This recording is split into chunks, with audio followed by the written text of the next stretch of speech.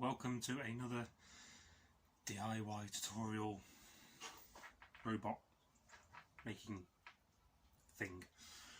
Right, probably mind up beginners, because obviously if you've been building robots or you've already built one, you probably know all this anyway, but more for beginners. Right, I've looked at done a previous video of extracting these from the drills, and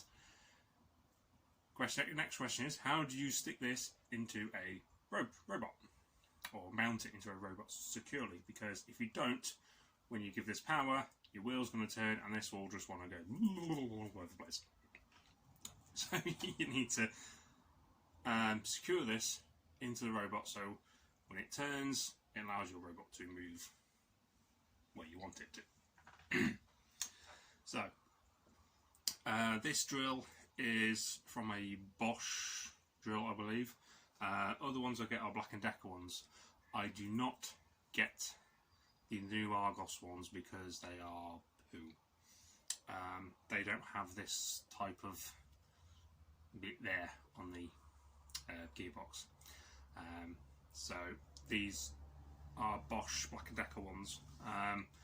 But anything that has this kind of, set up, I'll go over a couple of ways on how to mount them using simple tools, and pick whichever suits you. I've used various over the few robots I've built.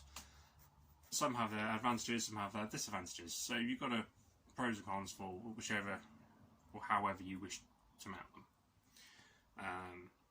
If you are unsure about using power tools and making things in general, firstly, why are you building a robot to begin with? But you can get a lot of these mounts 3D printed. A lot of roboteers do sell mounts. So if you are a bit unsure about cutting and drilling and all that palaver, you can just drop them an email or message and pay good pounds and they will provide mounts for you. But if you're feeling a bit more adventurous, and like me, you don't have that kind of spare cash, I'm not saying the mounts are expensive, but anything I can do to save £10–15 here, I will gladly do if I can make it myself.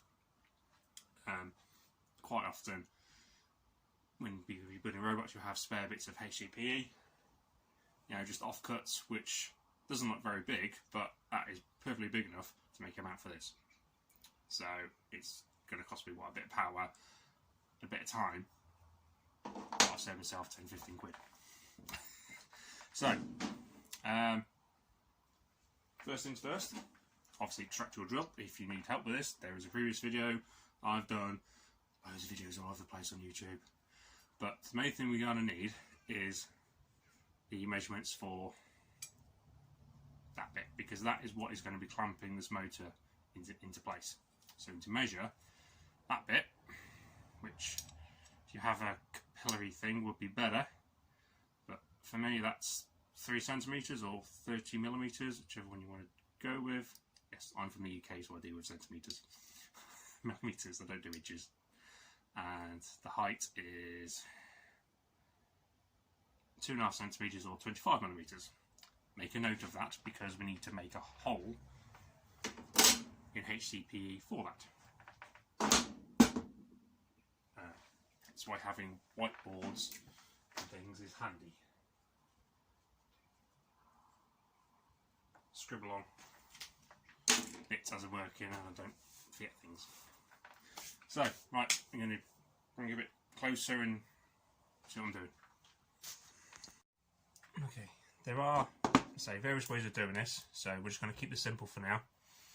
And I'll go through various other methods, but they all basically involve this sort of same technique. And so basically we need a 3 centimetre by 2.5 centimetre rectangle in this block. So feel free to do this more accurately. I'm just going to do it quickly for time purposes. So I can hear a few people shouting in the comments, my god, you do this with all your robots. Pretty much, yeah, I do as well.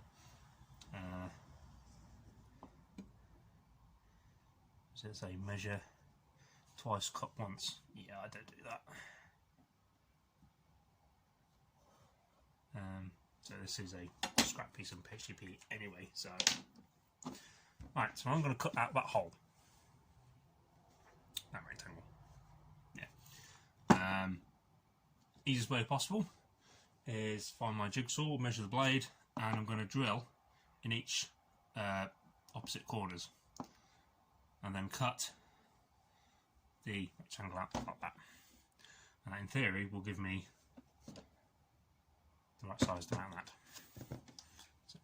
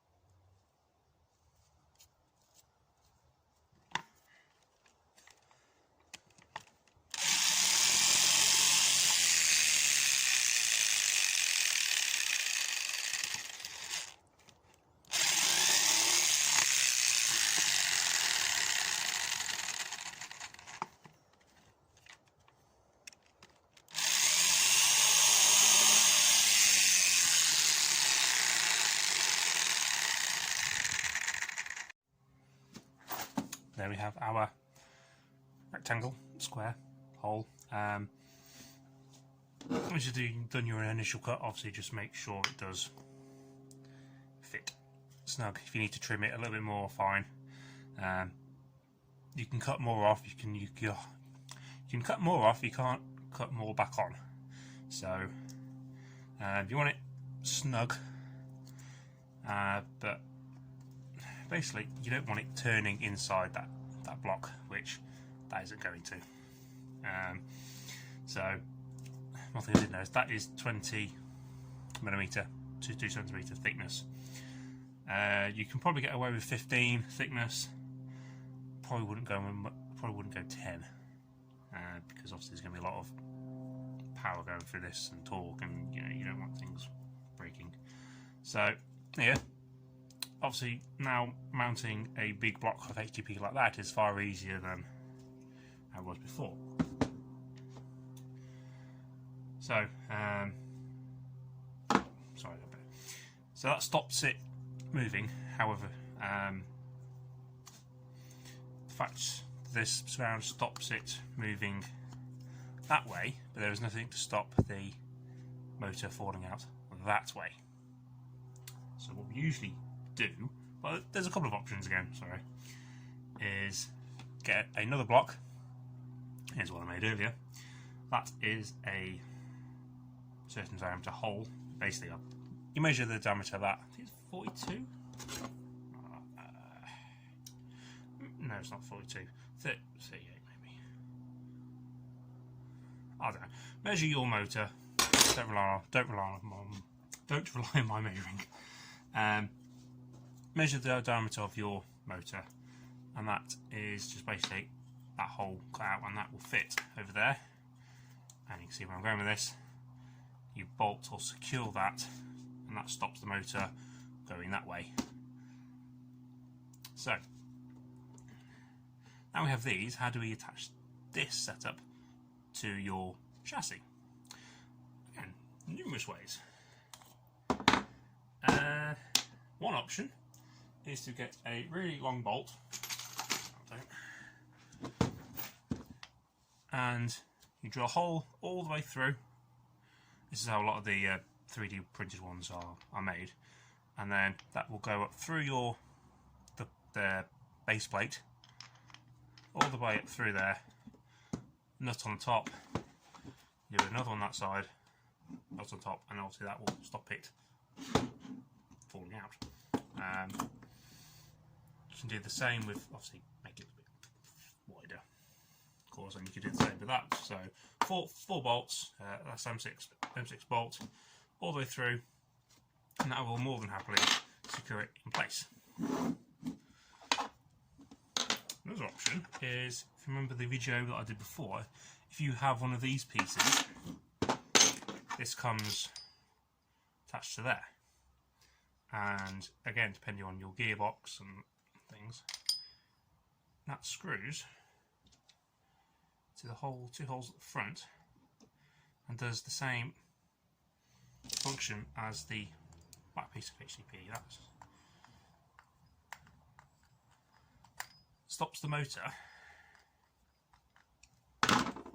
falling out and shifting that way. Some you may need to put a little sort of really thin spacer, but again, it doesn't have to be perfectly to that size. You just make it not too big that it falls over this bit.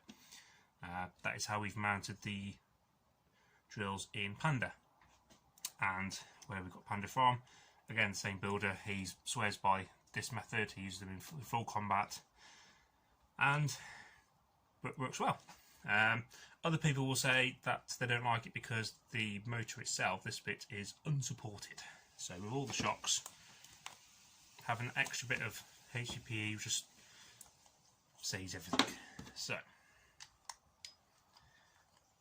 another option is, take that out. You have that, is how I did the motors on Lunatic 1, and I got this from Alice, who did Tormentor. So similar sort of idea with that, but instead of separately bolting this to your base plate, you see it's got 4 holes, and you'd correspond holes in the face bit, and you'd bolt.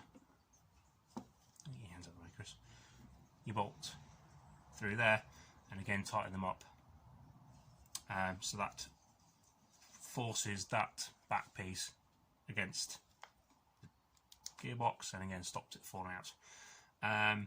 Issues I had with this is it's really a bit of a pain in the bum, because you need to make sure you can get the wheel off to get access to the bolt head, which is on the face, and then it's undoing all the 4 bolts after you've done that.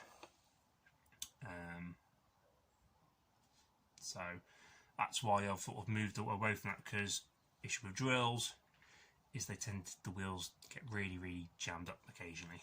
So I was losing more gearbox by having to drill out the left nut and getting the wheel off. I was losing gearboxes because I couldn't get it undone. Obviously, this is before I learned a few more techniques. So there's 2 methods. Another method, which I have done with Toothless, is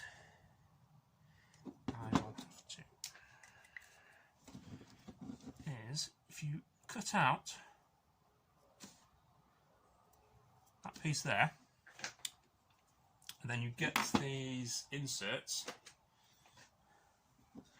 These things are wood inserts, and then you screw them into the bottom bit, so then the bottom bit is actually permanently attached to your chassis with the inserts into the top section, and then you get another bolt,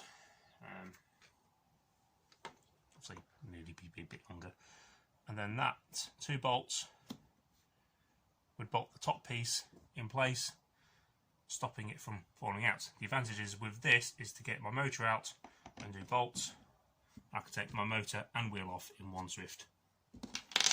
Easy option. However, I am finding with full combat, this isn't necessarily the most strongest method. Balloontic 2 uses this method, and I wouldn't say it fails, but I'm certainly having a few issues.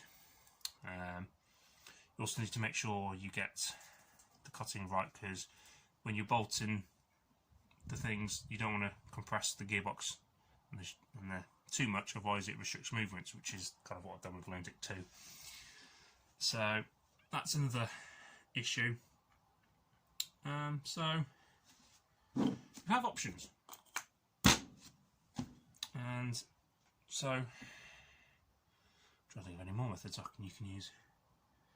If any of this doesn't make any sense, just give me a buzz and I can probably go through it a bit better, but you can sort of see the idea with that.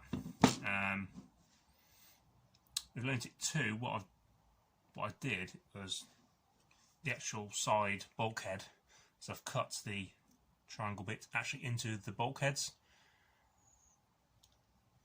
So instead of having one piece with the bolts, it's actually all one piece, as it were. But there is no set way of doing this. It's each to your interpretation. You build it how you want to build it.